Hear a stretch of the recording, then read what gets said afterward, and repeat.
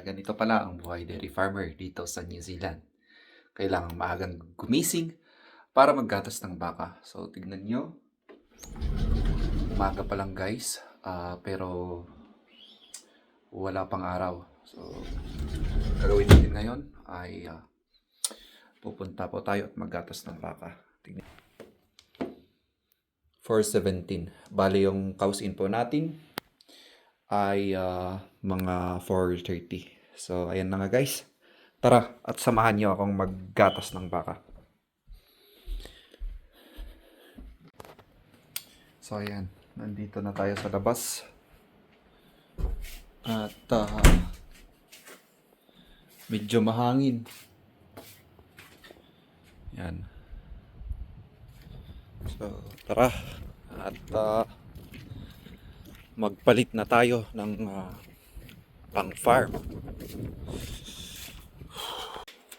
Yan, good morning guys. Ayan. Suot natin yung pang-farm na gamit natin. Yan, medyo maulan ngayon kaya kailangan natin ng proper na PPE. So, para tong pingko. Yan.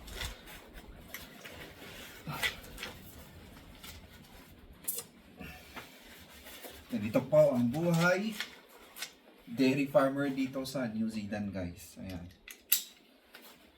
Kailangan magising ng maaga. Ayan. Suot tayo ng raincoat. Siyempre pinandar natin yung motor. Ayan o. So ito po yung gagamitin natin ngayon. Ayan. Malapit na po tayo sa shed. Saan kami magkagatas. Saan pala ako magkagatas. Ayan natin yung ilaw. Ayan. Yan, so ganito po ang unang ginagawa ko dito pag umaga. Yan, syempre i-plant wash natin. So ito po pala guys yung bat kung saan namin nilalagay yung gatas guys. Kinuha yung gatas kagabi kaya kailangan naming linisan. So yan, i-open po natin yan. Tsaka i-open po natin yan. Para i-bat wash natin. Lagyan natin ng acid para malinisan ng maayos yung bat. Ayan.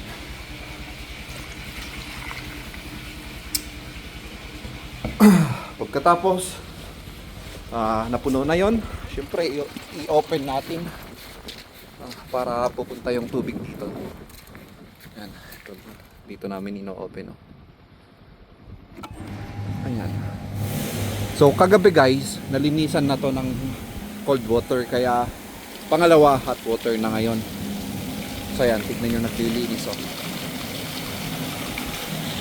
So habang naglilinis yan, magse-set po tayo ng sa filter. So ito po siya yung filter oh.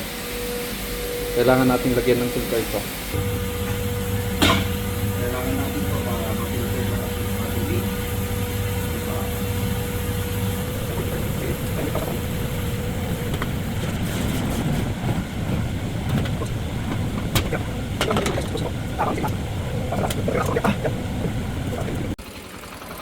So ayan, purge ulit natin para ma-flush yung dumi. So tignan nyo guys, habang nalilinisan na to, punta na ako sa mga baka at kunin ko. Ayan, let's go.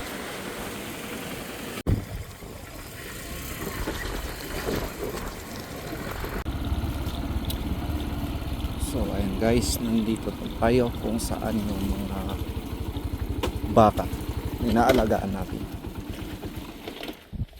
So ito naman guys, kukunin natin ang mga followers natin. Hi guys!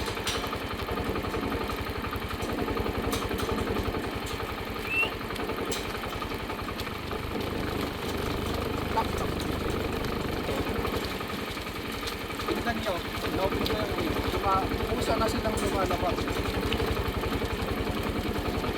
May mga tamad na bata kaya pupunta tayo sa likod at itulak natin sila. Diba kasi doon pa nga natutulog. Yan, syempre kung may nagtamad na tao, dapat ito pa sa baka. So let's go! Ang gagawin ko ngayon guys, papasok ako para itulak ko yung ibang baka tamad. Out goes.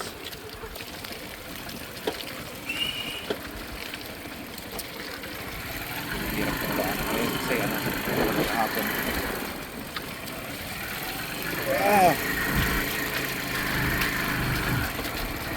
Lubak-lubak yung sa on goes! Tingnan nyo yung iba pa oh. Naghihintay pa para maitulak sila saka sila maglakad. Ito, tignan mo. Ito yung sinasabi kong tamad oh. Ayan oh. Tamad yan. Gising ka na. Gatasan na. Come on, girl. Go, go, go. Out. Ayan. Andun pa sila sa likod. Check natin dito sa paddock kung meron pang natutulog. Kasi kailangan na lahat ng mga baka dito ay pupunta sa gatasan. Dapat walang maiiwan kasi pag may maiiwan baka magka-mastitis, magkasakit po sila pag hindi po sila maggatasan. Come on! Kita nyo yung dalawa. Gisingin natin. Come on, go! Gatasan na! Let's go! Come on! Ayan. So ayan na nga guys, ito na lang natitirang hindi pa lumalabas. Ito yung mga sinasabi kong mga tamad na baka. Out, out, out, out. So palabasin silang lahat at close ko na yung gate. Ito ayan, para pag may dumaan dito na baka ay hindi sila papasok ulit dito.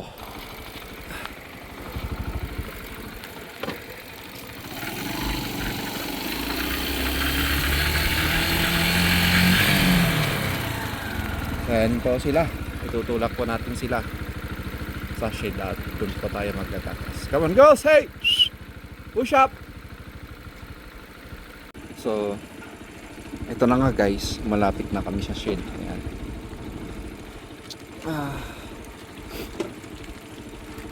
Papasok po natin sila dyan.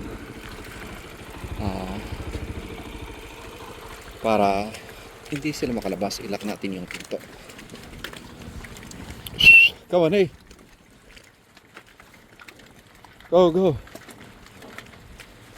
Come on, girls.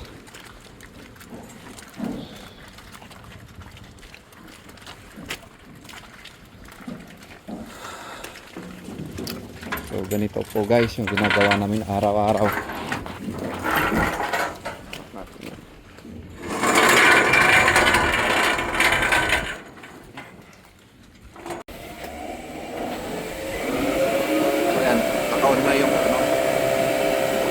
Panggatas. So tara na. Tingnan nyo, nakaayos na sila guys oh.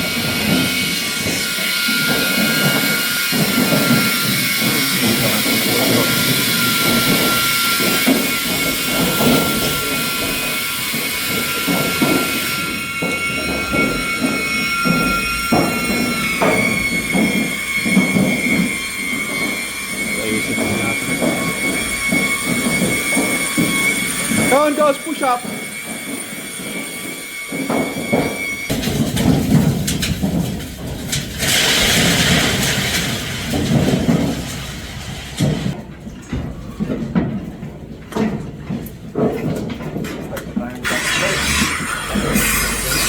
Paano kami dito sa Pilipinas? Ayan, itong mga tawag dito.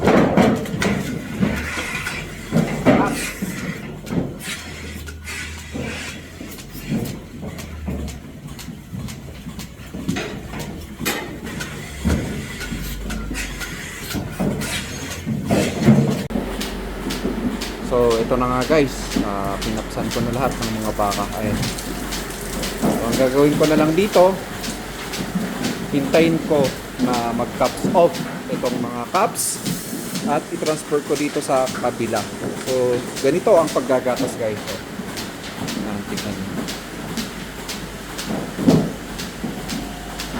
Ayan. Ang lalaki talaga ng mga baka.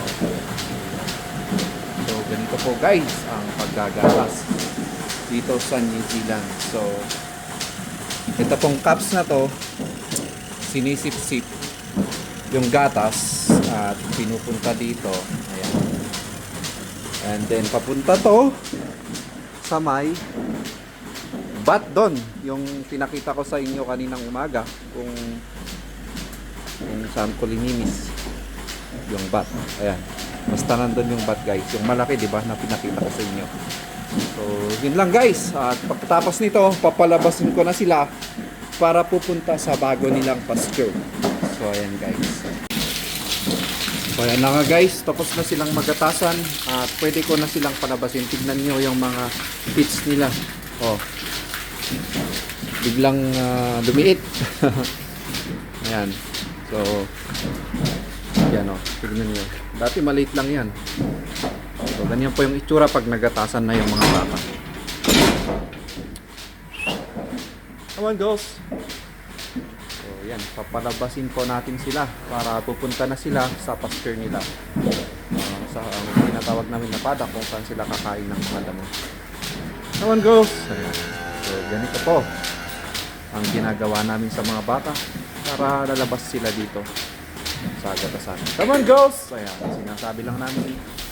Come on, girls! Go out! Out! Come on, eh! Bawal po silang sigawan. Ayan. So, ganito po dito, guys. Ayan. Parang tao rin ituring mo yung mga baka dito. So, ganito ang buhay dairy farmer, guys. Ayan, oh. Puro tae. Ayan, mabuti. Mabaho. Pero paldo. Kita-kits tayo sa susunod kong video. Thank you for watching.